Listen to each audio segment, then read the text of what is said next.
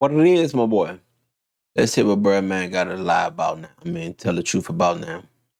You know that boy. If you ain't lying, you down.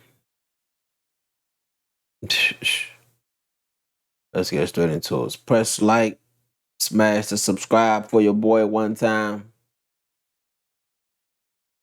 and share. How did you get involved in the record business? I had a little friend, rest in peace, his name was Terrence. And I got hooked up with man, man, I'm from downtown, I'm from uptown, and when we collided, we just got with the game. Did anybody help you along the way? Did you have somebody who was like kind of in the record industry that helped you along, or did you learn everything on your own? I mean, we was 7 years independent before we got a deal, so I kind of studied the game. I watched Russell Simmons a lot. I watched Puff. I watched Suge. I watched P. I watched James Smith. I like Swile House. Everybody who was doing what I wanted to do. So I watched the moves that they made. I read on them, stayed on purpose. I knew if I ever got my shot, I was going to be faced the same obstacles, and I was going to walk the same path, and I just was going to try to make different decisions, you know what I'm saying, when my turn came. So them was my models of the game. How did Cash Money Records start? I mean, we've been doing this since my first record. I Drug money. 89. You know what I'm saying? So my first release was like 91. You know what I'm saying? So we were just shuffling, you know what I'm saying? My first release, I lost. You know, my first year or two, I lost, but I lost to learn, you know. So I ain't have no teacher, so me and my brother had to get it how we get it. We learned from experience. We learned from losses. So once we... Just keep it real and just tell people you was selling drugs, you was out there selling that heroin, you was out there selling that cocaine, you was out there selling everything you could sell. You probably would have told your own mama, Miss Gladys, if she wasn't unalive. Just keep it real, baby. Please, for once in your life. And you was taking everybody publishing. And when Universal gave y'all that $100 million deal, that all that money went to you. And you ain't break bread with Lil Wayne, Juvie, B Jizzle, or Turk. Just keep it real. You the devil in the Satan's body. We got on to it and knew what it takes to how to you know, right, to take the pain, take the sweet, you know what I'm saying? So it wasn't nothing once I learned to hustle. Now, tell us about that time, like the time when you were losing. What was happening? You couldn't get a record played? Like, what was? I mean, I was coming out the streets, so it was like, you know, it was hard. You know, I was probably one of the first ones to start doing, probably the first or the second from New Orleans that really covered a label, you know. Then at that time, you over pressing, we independent, doing too much, you know what I'm saying? Not knowing. It comes down to not knowing, but I learned from not knowing, you know, my teacher was my experience, and that's your best teacher, your experience. Well, how was you selling records off the trunk? I mean, we was hand to hand, a lot of, like, where we from, you know, if you got hot song and be in a club, you know, let them be known. We on the avenue. We got them there right around the corner. So then we learned how to go put them on consignment with stores, and then we got too big for that. Then we got to a distributor that only covered the New Orleans area. Then we got too big for that. Then it was the Southwest, and then at that point, it was no more for us because nobody can really afford to do what we were doing because we were shipping like 150 for independent. That's damn near $400,000-$500,000, and I was dropping album every 2-3 weeks. So we were just hustling. We had distributors bagged up on us like $2-3 million. So we just had to wait and just get our money. Then Ed got $2-3 million that you had on Geneva Watch. I mean, just keep it real, baby. Just say you fooled us. Because you had us in the streets doing things, buying Jabos and Reeboks and buying Rolexes. You ain't even had no Rolex. You had us out there buying Mac 10s, SKs, AKs. You ain't even had no Mac 10, SK, AK. Your brother did, OG Giggity, but not you. Keep it real. Had all this cat. What was the hardest thing about starting that label up from the ground? What was the absolute hardest thing about it? I didn't know it took so much. This really is this ain't a 9 to 5, it's a 9 to 12. You know what I'm saying? You're going to grind. You got to work in that home. It's different. We used to have to be, I used to be out there myself putting up posters, pacing up, people's doors and, just trying to make this work for me. But I always tell them, I just looked at it like every day that I work hard for it, I'm getting closer to my goals and what I'm trying to really accomplish in this game. So, I mean, whatever it took, me and my brother, we was out there. I don't care. We did holes in the wall. We was from project to project. Wherever it had to go, that's where we had to go. What is your most favorite thing about being the CEO of Cash Money Records? What's the thing you enjoy the most? The money. I enjoy just being in this situation because I can reach out to so many. I can reach out to where we come from. It's small, so I can grab and give. I can give a homie who come out the penitentiary, come home man, a job. But my homies come home who, when I was young, they was older than me. I could buy them a car. That's good to me. I like doing that. You know what I'm saying? That's stopping from doing some of the worldly things to get some of the material things. You know what I'm saying? But as far as with me, I just love what I do. I got a serious passion for this. I'm gonna be doing this till the man come get me. Because I heard you went on the road and you did a whole tour, and when you came back, I heard you bought everybody cars, you bought everybody houses. I'm good. I can't complain. I'm good. I got a lot of family. I got like 10 brothers, 12 sisters that I make sure that we can. You have 10 brothers? 12 sisters. 12 altogether, or 10 brothers and 12? 10 brothers and 12. I come from a big family. That mean Mama was a Rolling Stone. I mean Papa, sorry. Somebody was. My papa was really, yeah, he was really handling his business. Down there they have a lot of kids. In those days, you might have something like stay next door, they got 8. You might have 6. There ain't no 1. They started having 1 at 14 and 15. Now, let me ask you a question. What did you say? He said there was so much conviction, like it's cool. And that is true, though. In the South, I don't know if it's the poverty-stricken environment or if it's the lack of poor education or if it's the lack of access to nutrition. I don't know what y'all be doing down there, but boy, y'all love that fellatio. Y'all love that intercourse down there with no rubber. Y'all going sushi and everything down south, my boy. I mean, good God Almighty. You ain't got 2 nickels to rub together. But down south, boy, one thing they love is sex with no rubber and no contrition. Baby come out, they break up. 10 brothers and 12 sisters. How did you wind up dealing with your brother that you're dealing with now, instead of any other one? A lot of my brothers are old, and then at the time when my dad passed, it was just us and my brothers and sisters. But Slum was more like cool. But I used to be out there trying to run. But when I come home from jail, I come home to my brother. Because a lot of my brothers and sisters were scattered out, and I just stuck with me and Slim. As growing up, we wasn't as close. I had another brother who passed away when we was 17. I was like 10 months older than him. So when I came home to my brother Slim, and we just stuck together. One thing that I want to know is, why do you never see him? Why does he never talk? I never hear anything from him. That's him. That's how my dad was. He just laid back. He cool. Some don't say too much, but he observe everything.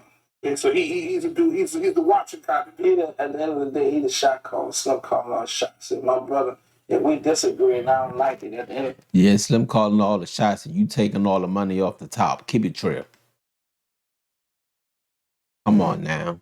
At the end of the day, it's still his call. I look at him like my daddy. At the end of the day, he's the man in my life. So whatever he say goes to me. Were you nervous when everybody started going their own direction, saying they want to do their thing, and you had to wind up taking the entire label on your back? You know what would have made me nervous? If manufacture would have broke. That would have made me nervous. Why? Because production is more important than beats. Than lyrics. You know the day. So you can give somebody who claim he got vocals with no beats. Who gives a fuck? Right. You know the day. I knew one thing. The relationship me and Fresh had when Fresh been telling me that he said that. And, I ain't never tell you because I raised him. I thought it was all what it was. So I was like, Fresh, I knew I had my dog. I said, there ain't nothing to it. First of all, me and you got to do this. I said, and after that, I need to do solo album. Now, it didn't bother you at all that all of those guys said, I'm not here, I don't want to be down, X, Y, Z. How did you feel about that personally? Ain't nobody tell me nothing. So, the respect they had for me, they couldn't tell me. They couldn't even face me. So, it wasn't no thing. I just had to suck it up and play it for what it's worth. I was taught one way, family business, you don't discuss, dog. That's trap snitching, that's rat. I never do that. I could never go in a magazine and discuss nothing that happened way in New Orleans and put it in the public. I can't do that. I bet you ain't gonna do that when you the one stealing all the money. It hurt you a little personally. It hurt me more personal than some of them because they was me. I was them. I was there when their folks wasn't there. I was them. I played. I made sure we ate. Whatever it took, I made sure we ate. I've been having them since they were like 8, 9 years old. Yeah, you made sure they ate all right, oodles and noodles. But they wasn't eating no lobster and shrimp and caviar like you was eating. You took them to Long John Silver and then took them back to the studio and you and your brother went to Red Lobster. Keep it real. One person who did not step away was Lil Wayne. How did that whole thing come about? I mean, Shawty didn't know what they were doing because they ain't never went to Shawty. So, I mean, at the end of the day, it's like I tell them it is what it is. And I always say, like, I open arms for you. Then I'm glad that it happened like this because experience is your best teacher. I wanted them to go see, but I wish they'd have came about it in a better way. But I want them to go see what it's like in that world. It's real. Go see what it's like. It's real. Right. And you will see that it ain't. So if you want them to go see what it was like in that world, how come you blocked that deal between Jay-Z and Weezy when Weezy was trying to sign a Rockefeller? How come you told Jay-Z he can't call and talk to Weezy and you blocked it? Boy, if you ain't capping crunch, boy, you capping you capping saver. Stop. Easy, homie. This is real, man. I gave my life for this. It's real out there trying to sell records, homeboy. Now, y'all are all back together. Yeah. What brought it about? I guess they brought it about. I always say that. Mom, but they knew me. I'm stopping here. And I was like, if they holler, I not really say something, but and Slim and Fresh felt worse than me. So I was like, if they want to talk, I'll talk. So I'm shooting my video with the clips and all of them came. All right, so what y'all, let's do it. You sat down, hashed it out, and that was it. Is there any one thing that would make you get up and just say, I quit, I'm finished with Cash Money Records? Is there any one thing that would make you do that? That Cash Money. As long as this fool still making records, still looking at him as a godfather, ain't nothing gonna make him quit. As long as he can still screw you over. I mean, you screw NBA YoungBoy over, and you acted like you was his godfather, Big B's, Big Suwu, Big Damu, and then and what you do at the end of the day? Took all day food. Record is my heart. So that's like, oh, God first in my life. Yeah, I got my family. That's the next best thing. That's I died for this. Only one thing will make me walk away if something ever was to happen. What is that? Fresh. Fresh is like a brother to me. My daddy passed. So not if something happened to Wayne, the person who put CNB on his back when everybody left, and you tried to get his bus shot up. You talking about if something happened to Fresh? Why? Cause he the one that make the beats. What about Weezy? Cause Fresh was making beats for Jeezy. He when you failed to pay him what he was worth, or you didn't even pay him at all, from what I'm privy to, the information that I'm privy to, I'd be remiss if I failed to say you even gave Fresh oodles and noodles. I think you just gave him ball eggs and water. That's the nigga gonna do. I gave the brother. He real with me.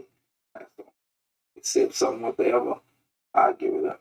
What is the one thing about the rap music industry that someone should know before they decide to jump in? Don't sign with Birdman. What you think or what all you might think it gonna be, but whatever you make out of it is what it's gonna turn out. Just put you some goals in this game and understand that you got to sacrifice, dog. It's a no pain, no gain. No struggle, no progress. But you don't go through that. Sometimes you might be I feel the need to understand. Sometimes you might have a hit record and collect. I always tell everybody, you got to know success is one thing. You can have a hot record and be a hit. You'll be hot. But when you cool off, one day those days do come around.